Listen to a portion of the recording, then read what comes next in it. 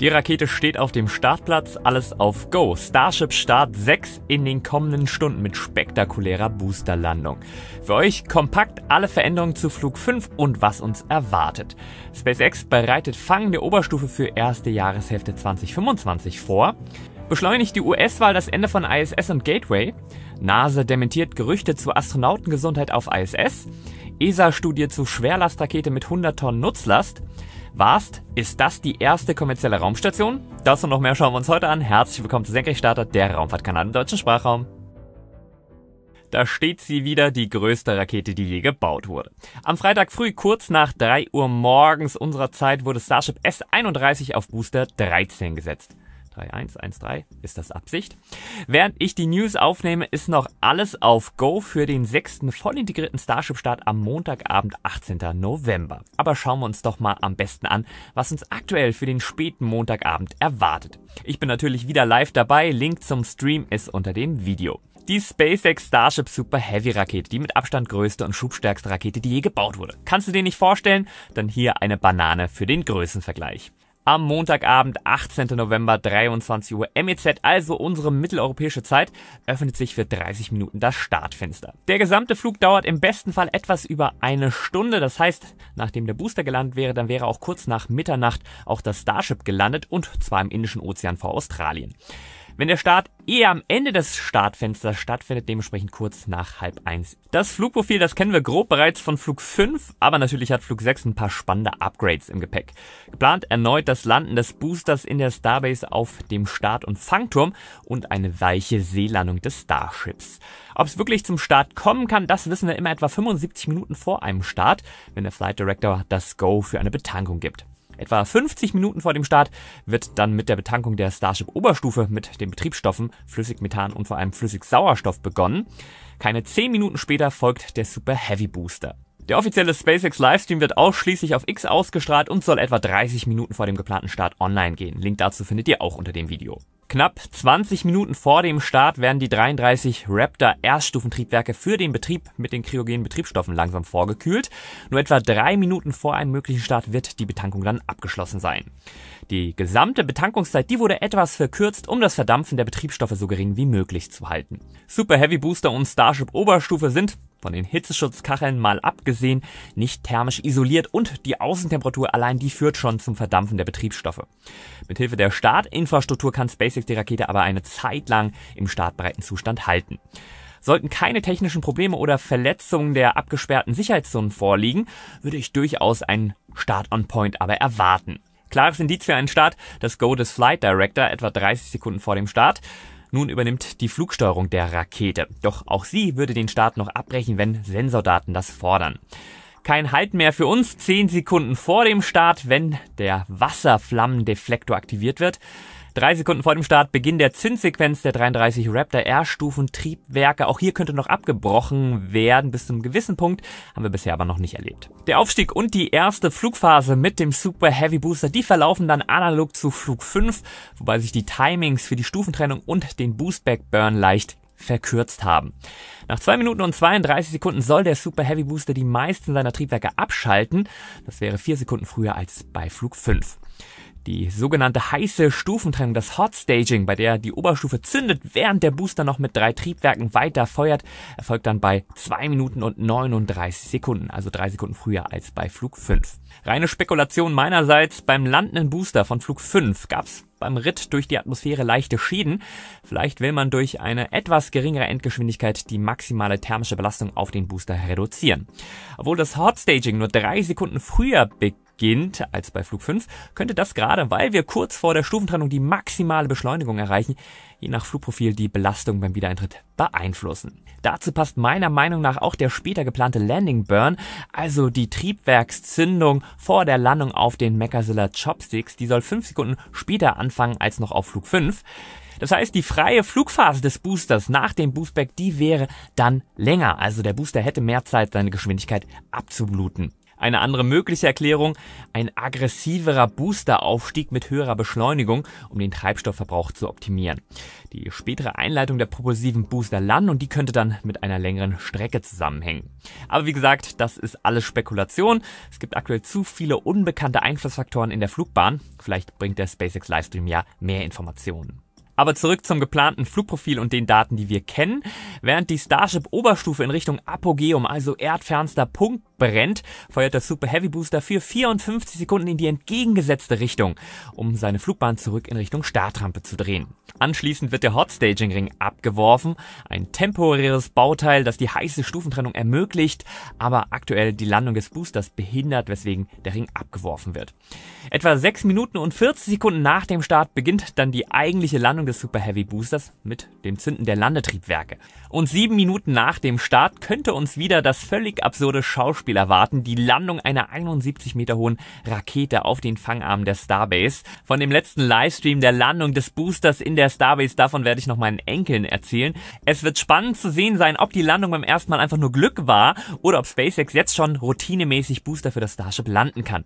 Und das mit der schubstärksten Rakete, die gebaut wurde, und das bevor auch nur ein einziger Wettbewerber irgendwas Vergleichbares zeigt.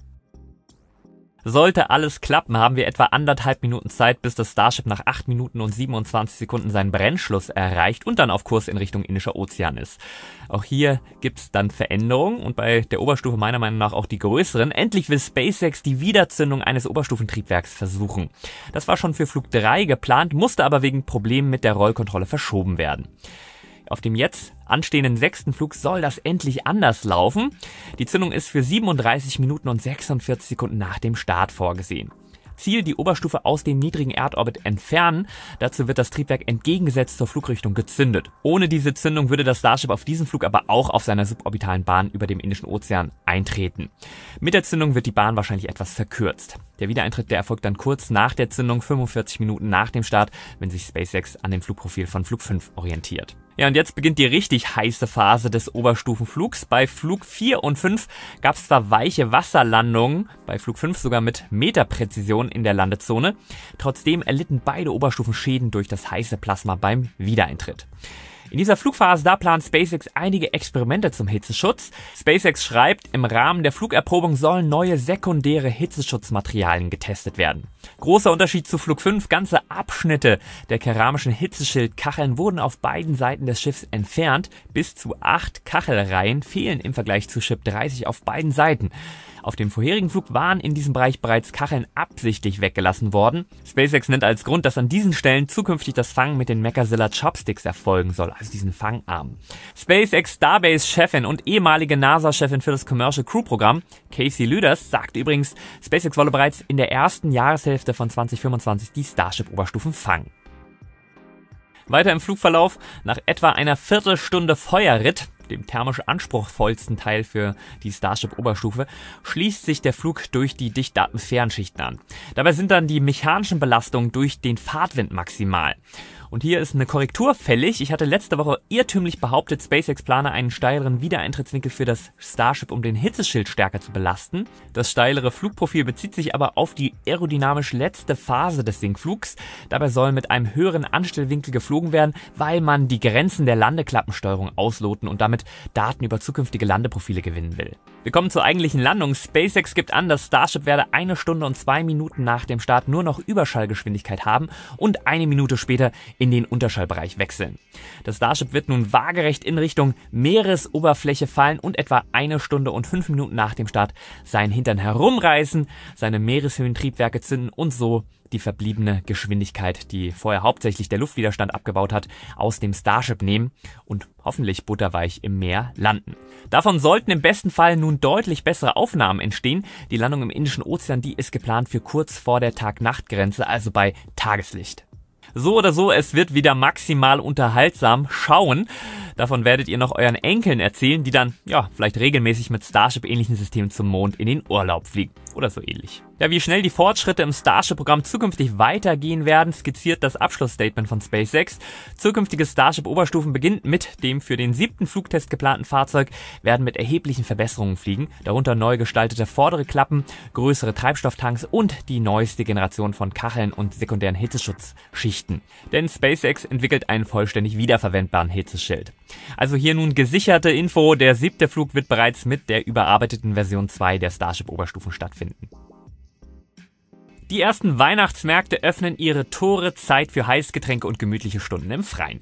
Doch bei all der Kälte und Nässe willst du nicht nur warme Füße, sondern auch stilsicher durch den Winter schlendern. Der Gieswein Merino Leather Boot in elegantem Braun ist der perfekte Begleiter für mich. Hergestellt aus hochwertigem Nubuck-Leder und veredelt mit dem von mir sehr geliebten Merino-Material, kombiniert er Komfort und Stil auf höchstem Niveau. Du bist auch auf der Suche nach einem stylischen Winterschuh? Mit meinem Link und dem Code SENKRECHTSTARTER20 bekommst du 20% auf das gesamte Gieswein-Sortiment. Mit seiner 360-Grad-Fütterung aus Merino-Wolle, da verwöhnt der Stiefel deine Füße von allen Seiten und hält sie angenehm warm, selbst an den frostigen Tagen. Die atmungsaktive und wasserdichte Konstruktion sorgt dafür, dass deine Füße trocken bleiben, ohne ins Schwitzen zu geraten. Wie ich finde, tolles Detail, der gepolsterte Schuhkragen.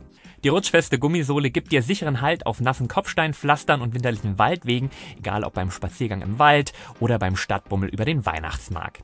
Der Gieswein Merino Leather Boot ist vielseitig kombinierbar und rundet dein Outfit stilvoll ab. Schön, robust und kuschelig weich. Mit meinem Link und dem Code SENKRECHTSTARTER20 bekommst du 20% auf den Merino Leather Boot und das gesamte Gieswein-Sortiment. Zurück zur Starbase in Texas. Wenn SpaceX nächstes Jahr wirklich ernst machen will und zeitnah zum Start auch die Starship-Oberstufen fangen möchte, muss die zweite Startanlage fertig sein. Der Turm am Pad B, der steht nun schon seit Sommer in seinem Rohbau fertig da.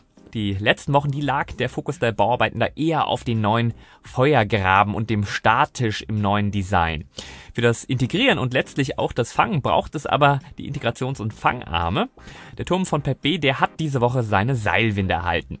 Über eine Umlenkrolle am Meckersiller Kopf kann mit ihr das Chopsticks-Gestell am Turm hoch und runter gefahren werden.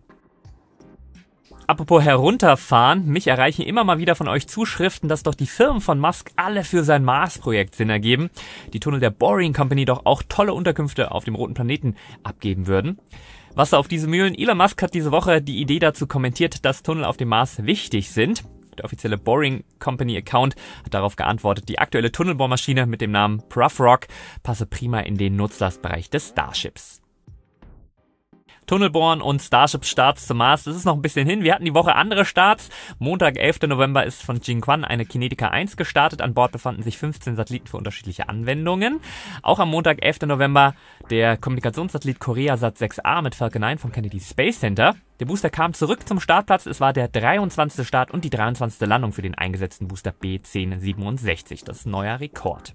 Kurz darauf, ebenso Montag, 11. November, Starlinks von Pad gegenüber auf der Cape Canaveral Space Force Station, auch SpaceX.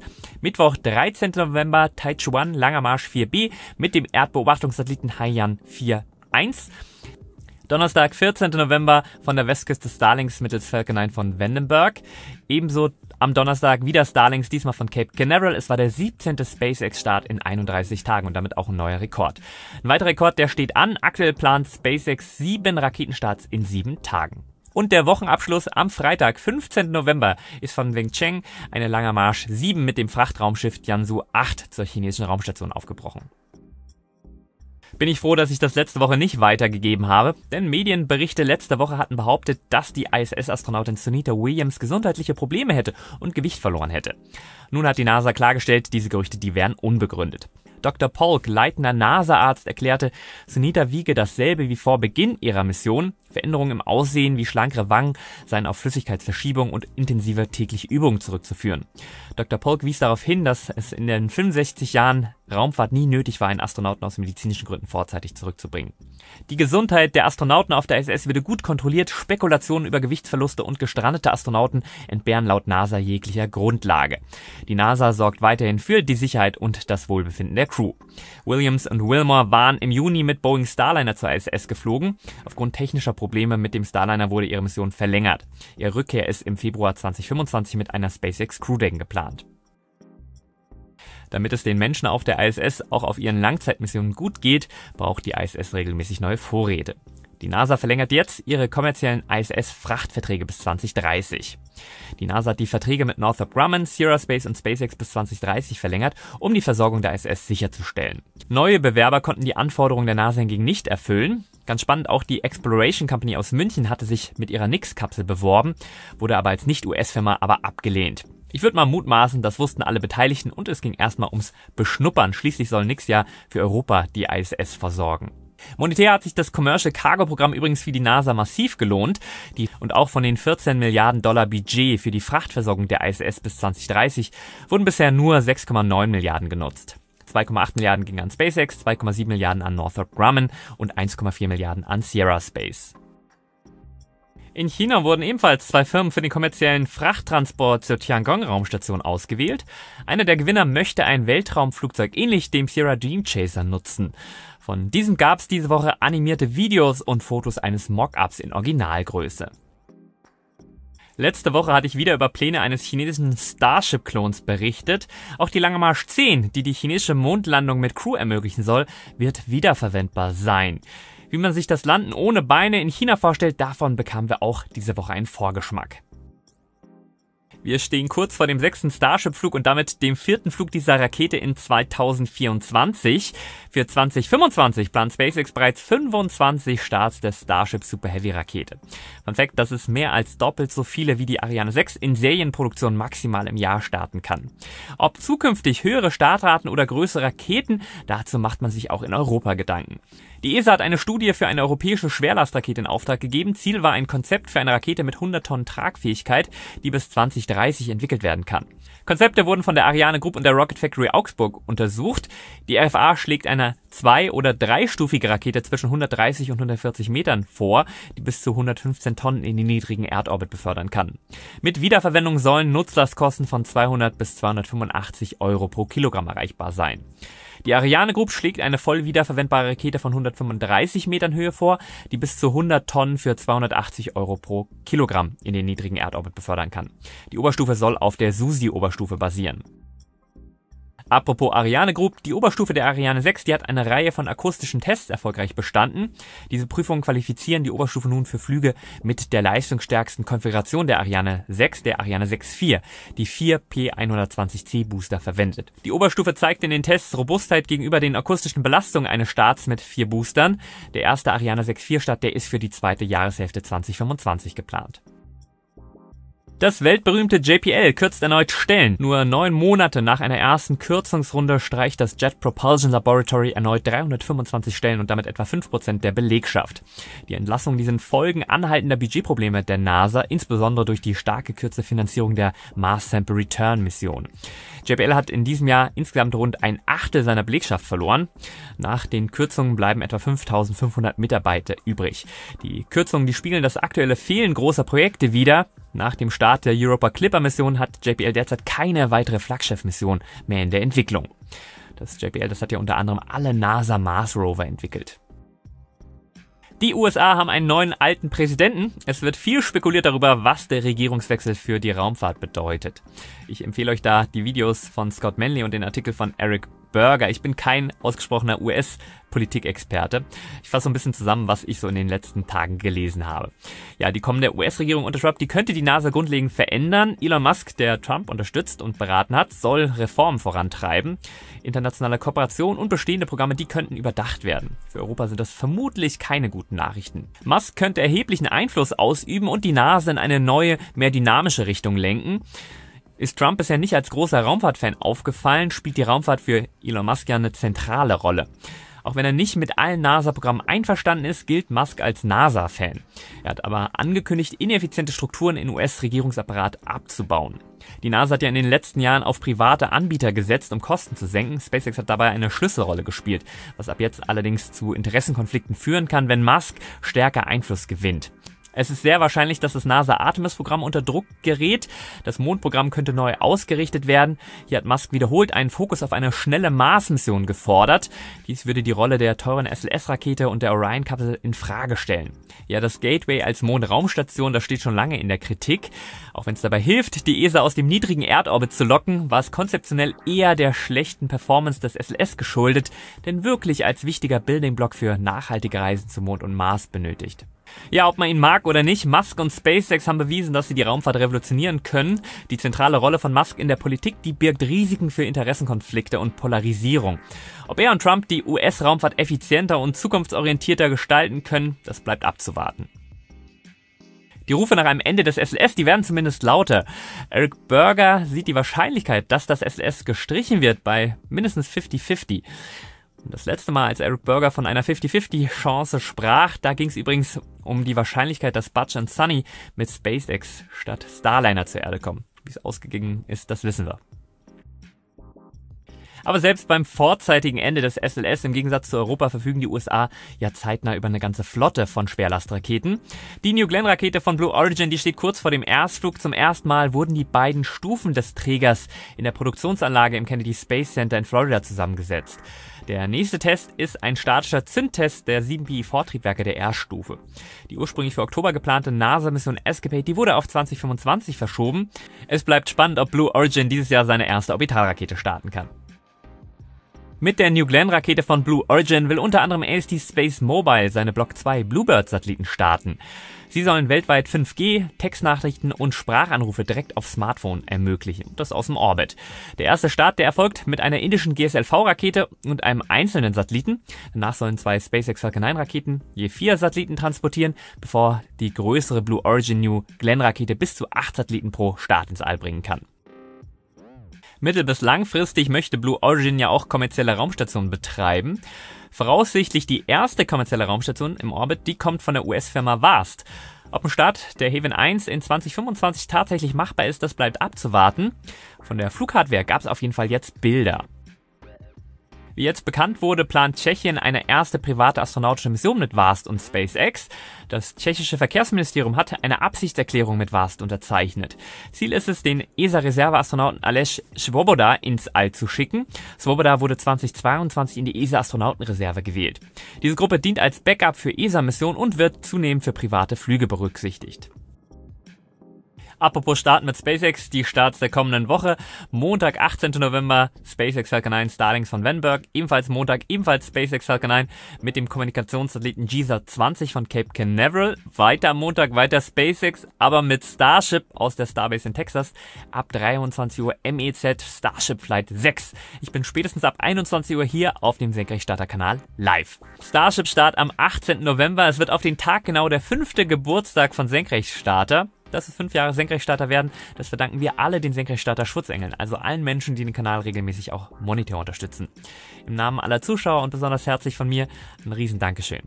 Ja, wenn auch du aktiv mithelfen möchtest, den deutschen Sprachraum für Raumfahrt zu begeistern, genau unter dem Video gibt's einen Link zur YouTube-Kanalmitgliedschaft. Als kleines Dankeschön bekommst du alle meine Videos vorab und ohne Werbung. Weiter mit den Starts. Mittwoch, 20. November, Rocket Lab Electron von Wallops Virginia, also USA, nicht Neuseeland. An Bord befindet sich eine suborbitale Testnutzlast. Donnerstag, 21. November, Soyuz 2.1a mit Progress Frachtversorger für die ISS von Baikonur.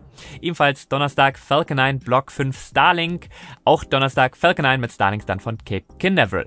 Ja, und den Wochenabschluss, den macht voraussichtlich am Samstag, 23. November, Rocket Lab Electron von Mahia Halbinsel, also aus Neuseeland. An Bord befindet sich die Nutzlast AIS Baby. Hier noch einmal ein Shoutout für das Familienunternehmen Gieswein aus Österreich. Mit meinem Link und dem Code Senkrechtstarter20 bekommt ihr 20% auf das gesamte Gieswein-Sortiment. Das findet ihr auch in der Videobeschreibung. Ich hoffe, die News haben dir wieder gefallen. Wenn ja, den Like nicht vergessen. Die Raumfahrt ist und bleibt spannend. #Apollo-Moment. Ich würde sagen, bis zum Livestream oder bis zur nächsten News. Immer schön senkrecht bleiben. Dein Mau.